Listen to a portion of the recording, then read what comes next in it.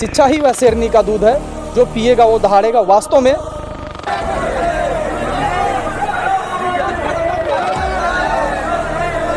और डॉक्टर अम्बेडकर ने कहा था, give the vote and capture the power. Vote दो और शासक बनो।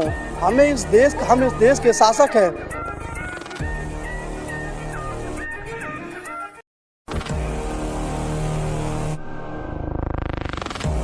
बाबा साहेब का असली मिशन ये नहीं है कि उनके मूर्तियों पे माला चढ़ा दें, उनकी जय जयकारा कर दें। उनका असली मिशन तब पूर्ण होगा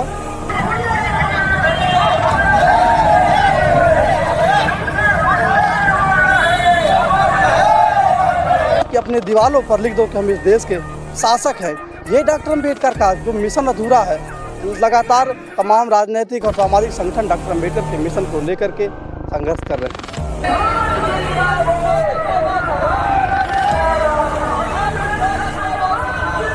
तो सबसे पहले डॉक्टर अम्बेडकर बाबा साहब के जीवन संघर्ष को समझना होगा और उसी संघर्ष को हम लोग प्रभात फेरी के माध्यम से लोगों तक पहुंचाते हैं। सबसे पहले तो आपको बहुत बहुत धन्यवाद।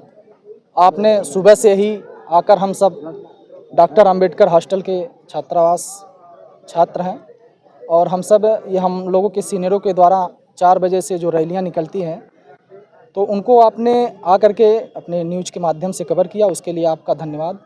6 दिसंबर देखिए, बाबा साहेब का पूरे विश्व में नहीं, पूरे भारत में नहीं, पूरे विश्व में 69वां महापरिनिर्वाण दिवस के दिन उनके विचारों को जन जन तक पहुंचाया जा रहा है।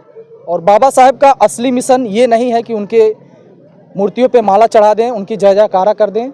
उनका असली मिशन तब पूर्ण होगा जब हम लोग उनके बनाए गए संवैधानिक पदों पर जाएंगे, अच्छी शिक्षा ग्रहण करेंगे, अच्छे लोगों के विचारों को ग्रहण करेंगे और बाबा साहेब के बनाए गए अच्छे अच्छे संवैधानिक पदों पर जाएंगे। तब हम अपने समाज का, अपने देश का और अपने परिवार का तब हम सेवा कर सकेंगे। और यही बाबा साहेब का विचार है।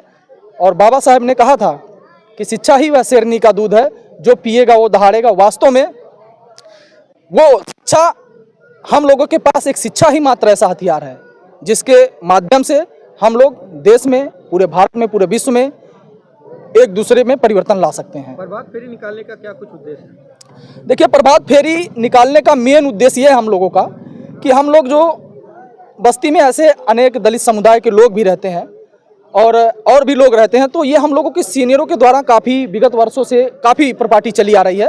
तो बस निकालने का हम लोगों का ये उद्देश्य है कि उनके विचारों को, बाबा साहेब के विचारों को जन जन तक पहुँचाया जाए और पहुँचा करके जिन हमारे भाइयों को, जिन हमारे दोस्तों को लगेगा कि नहीं मिशन अभी असफल हो रहा है, तो उन लोगों को हम बाबा साहेब के विचारों के माध्यम से उनको जगाने का काम करते हैं। क्या परिचय है आपका?